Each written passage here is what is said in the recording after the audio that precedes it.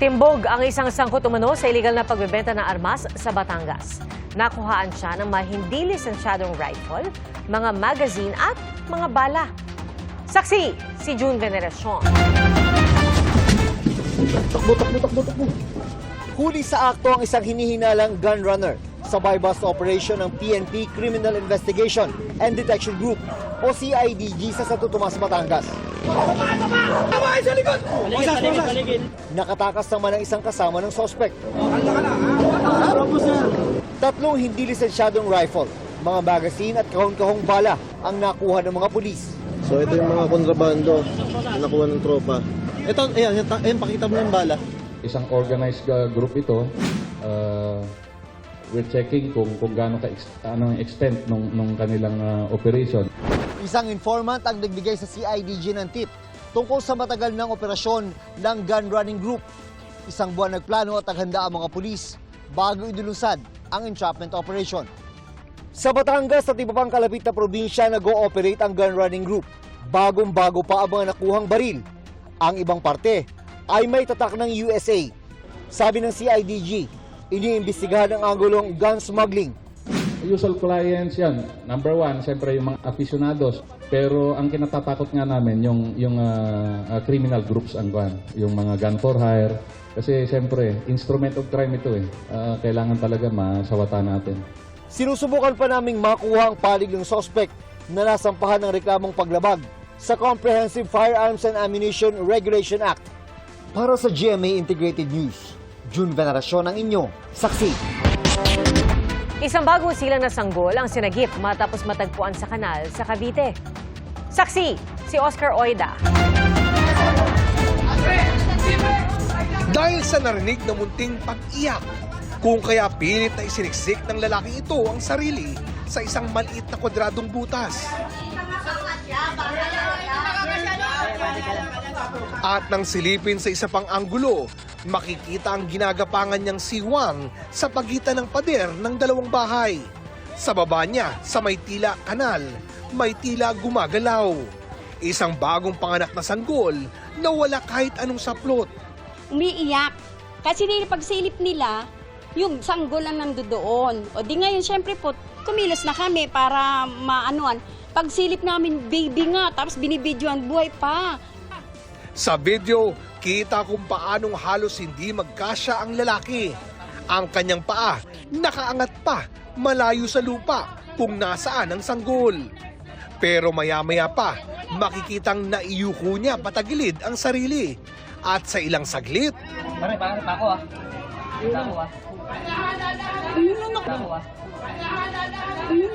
inangat ang kanyang braso. Bit-bit na ng isang kamay ang kaawa-awang sanggol.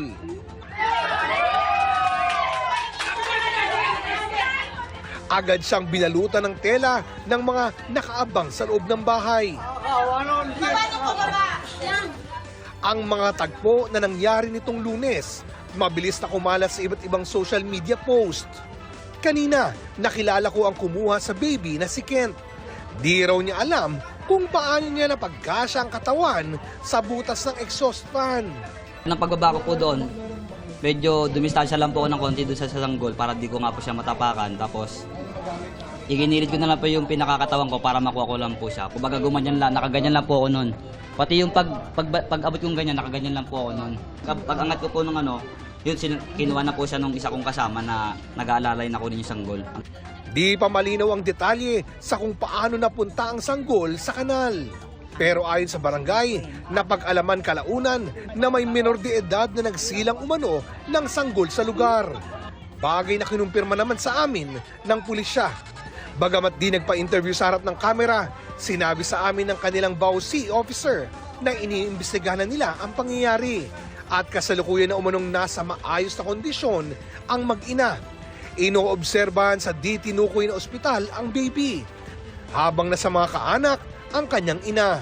Bibigyan namin ng intervention yung mag-ina, lalo na yung baby. Kung hindi pa siya kayang alagaan dahil minor de edad yung nanay, ay pwedeng i-take over ng social welfare. Kung may kapasidad ang magulang, i-guide namin yung pamilya sa tamang pagpapalaki doon sa baby at kung ano yung needs Doon sa bata na nanganak, intervention for counseling, sa edukasyon niya kung kailangan ipagpatuloy ulit yung pag-aaral niya. Sinubukan namin kunan ng pahayag ang mga kaanak ng ina ng sanggol, pero tumanggi sila sa panayam. Di na namin babanggitin ang edad, pero pasok siya sa edad 15 pababa na ayon sa batas ay exempted sa pananagutang kriminal. Bagaman kailangang isailalim sa intervention program tulad ng counseling at rehabilitation. Para sa GMA Integrated News, ako si Oscar Oida, ang inyong saksi! Disyembre noong nakaraang taon, 3 impeachment complaint ang inihain ng iba't ibang grupo laban kay Vice President Sara Duterte.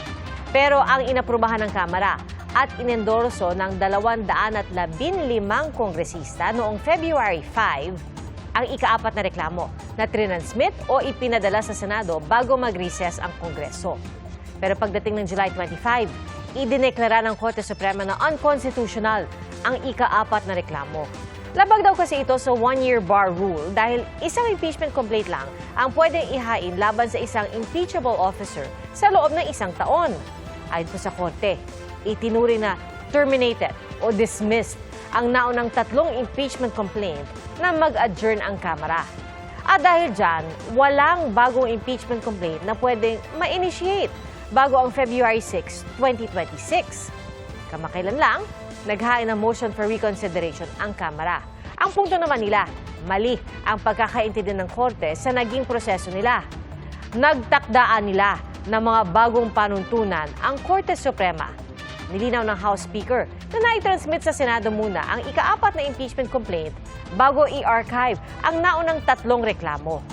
Ang pagkakasunod-sunod daw ng mahakbang na ito ang patunay na iisa at hindi 4 ang valid na initiation ng reklamo.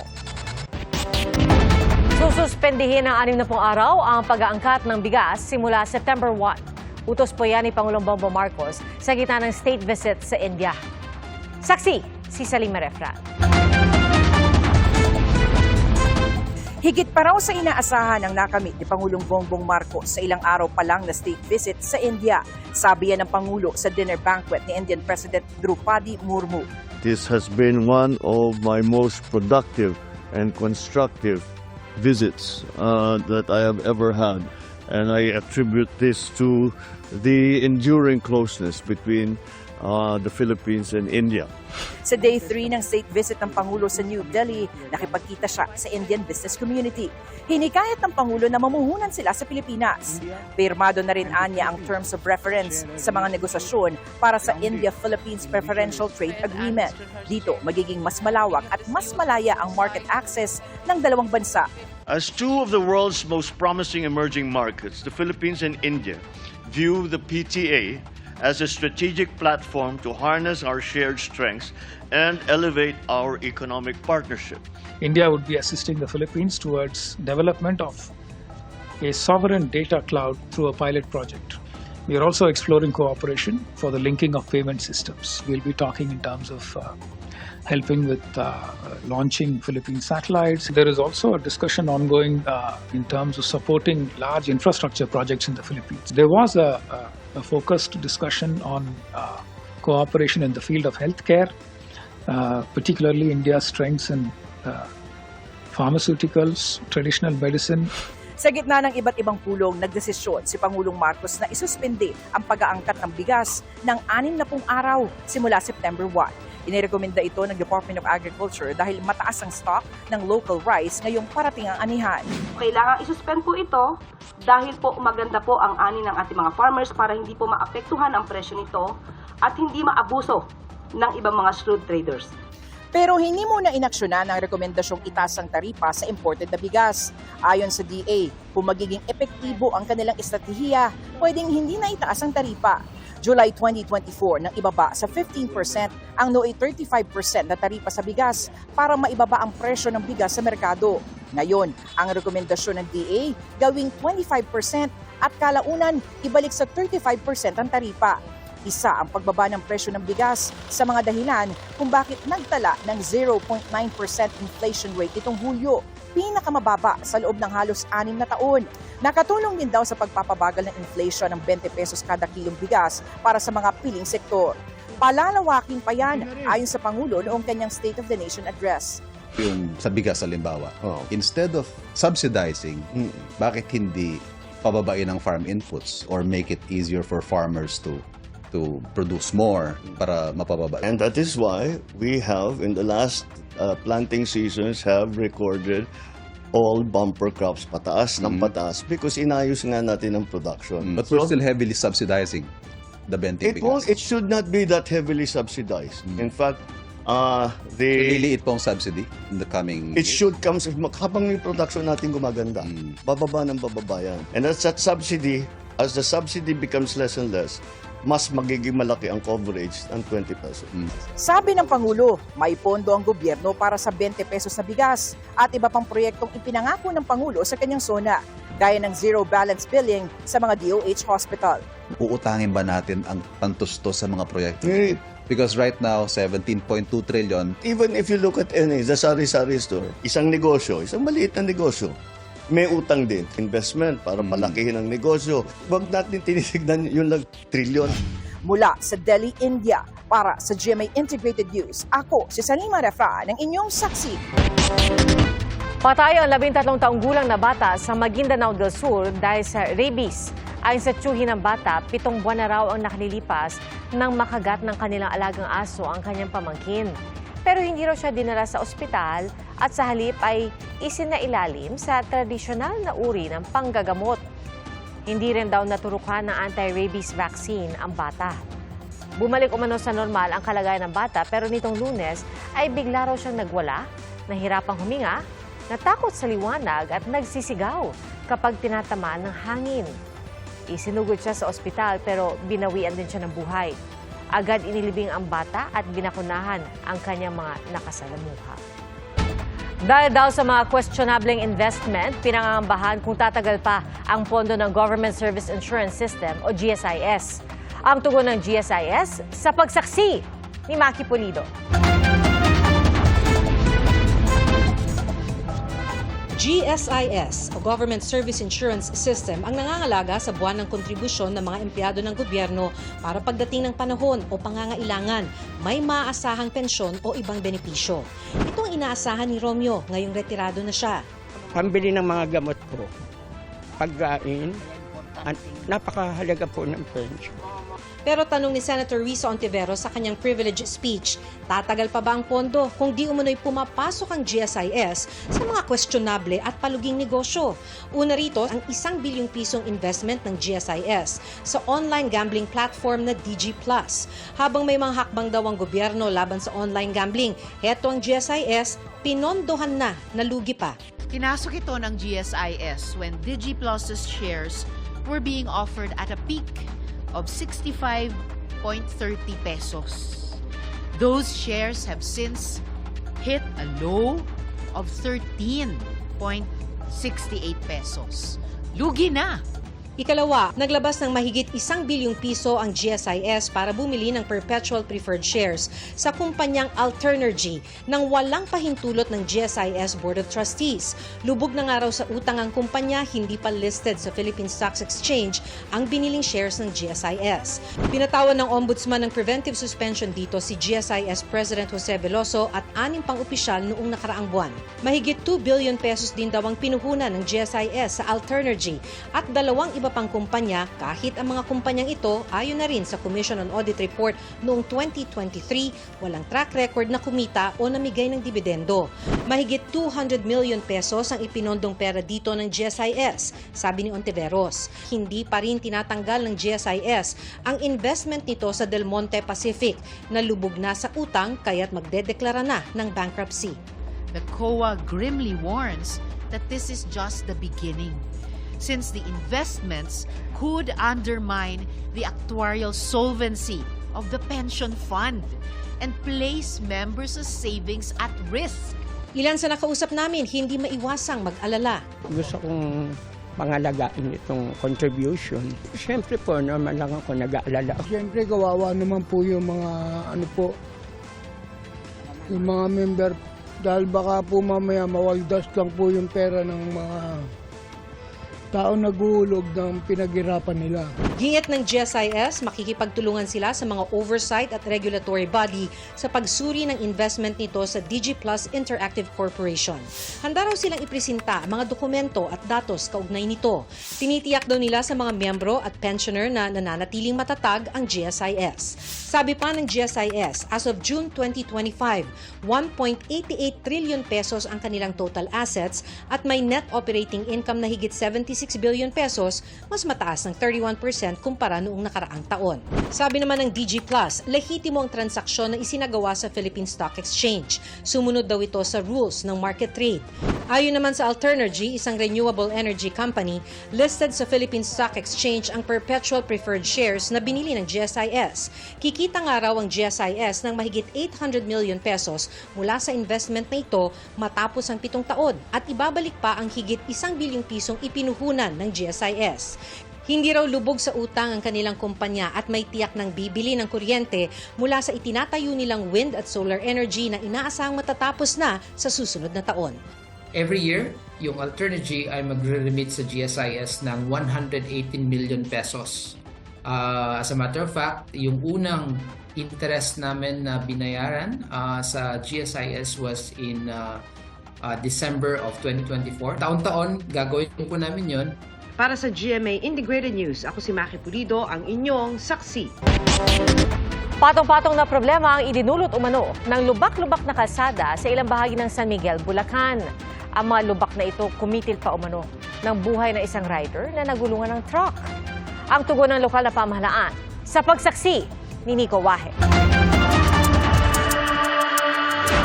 Agad binawian ng buhay ang isang rider matapos mabangga at magulungan ng truck gabi noong July 30 sa Maharlika Highway na sakop ng Barangay Salangan, San Miguel, Bulacan. Ayon sa San Miguel Police, patungo umano sa gawin ng Nueva Ecija ang rider. Yung rider na yon ay nag-overtake siya. Siguro nagmamadali, kawalan siya ng balance.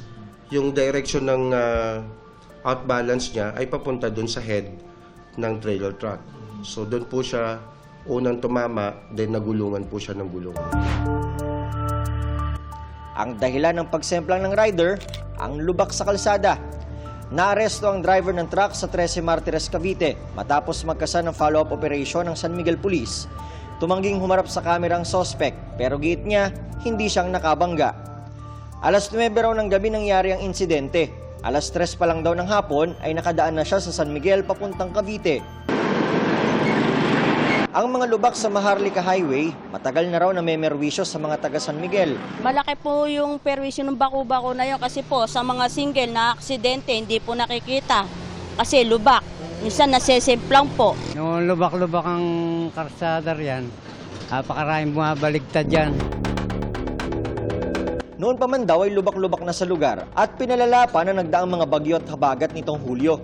Pero ayon sa Bulacan 3rd District Engineering Office, sinimulan na nila itong ayusin noong Marso. Marso ngayong taon nang simulang i-repair ng Bulacan 3rd District Engineering Office itong kahabaan ng Maharlika Highway dito sa San Miguel, Bulacan. May habang 2.5 kilometers itong kalsadang ito na may mga lubak sa iba't ibang bahagi. Nagkakahalaga ito ng 120 million pesos. Pero dahil sa pagbaha at mga pag-uulan ay nade-delay ito at target nilang matapos itong repair ng September 2, 2025. Sa ilang lubak na naabutan pa namin gaya sa may tulay na ito, makikita ang pag-iwas hindi lang ng mga maliliit, kundi maging ng mga malalaking sasakyan gaya ng truck. Yun nga pong project natin na yan ay pang long term po yan. Pagka natapos po yan, kompleto po yan, pati po yung ating carriageway at ganyan din naman po yung shoulder, sasayos po yan, and with pavement marking. Nagsasagawa na rin daw sila ng repair sa iba pang kalsada sa San Miguel. Base sa sinuri na datos ng GMA Integrated News Research, hindi bababa sa 15 proyekto ng DPWH para sa preventive maintenance ng mga kalsada sa San Miguel ang nilaanan ng pondo sa ilalim ng 2025 General Appropriations Act. Aabot yan sa halos 1.5 billion pesos. Ayon naman kay Bulacan Governor Daniel Fernando, Patuloy ang kanilang repair sa mga provincial road at municipal road. Pero kahit anong gawin daw nilang maintenance, paulit-ulit lang daw na masisira ang mga kalsada. Actually, talaga, the long-term solution is matanggal na yung baha. Okay pa. Alam mo, kahit na anong gawa natin dito, kahit anong tibay natin dito, once na mababad yan, sigurado masisira. The long-term solution is flood control. Kaya nag-akda raw siya ng resolusyon kasama ang mga gobernador ng Bataan at Pampanga para magkaroon ng mega dike at dagdag ng mga dam bilang pagkontrol sa high tide. Hiningan na tayo ng PDC resolution ng national government kasi pinus namin talaga to na magawa ng feasibility study. At yun na nga nakikita namin yung solusyon dito, isa pa. At yung pagdadagdag ng mga dam upstream. Hiling naman ng mga taga Bulacan, sana'y tuluyang matapos at maisaayos ng mga sirang kalsada sa kanilang probinsya. Yan ay bago pa may mawalan ulit ng buhay. Para sa GMA Integrated News, ako si Nico Wahe, ang inyong saksi. Mga kapuso, maging una sa saksi. Mag-subscribe sa GMA Integrated News sa YouTube para sa iba't ibang balita.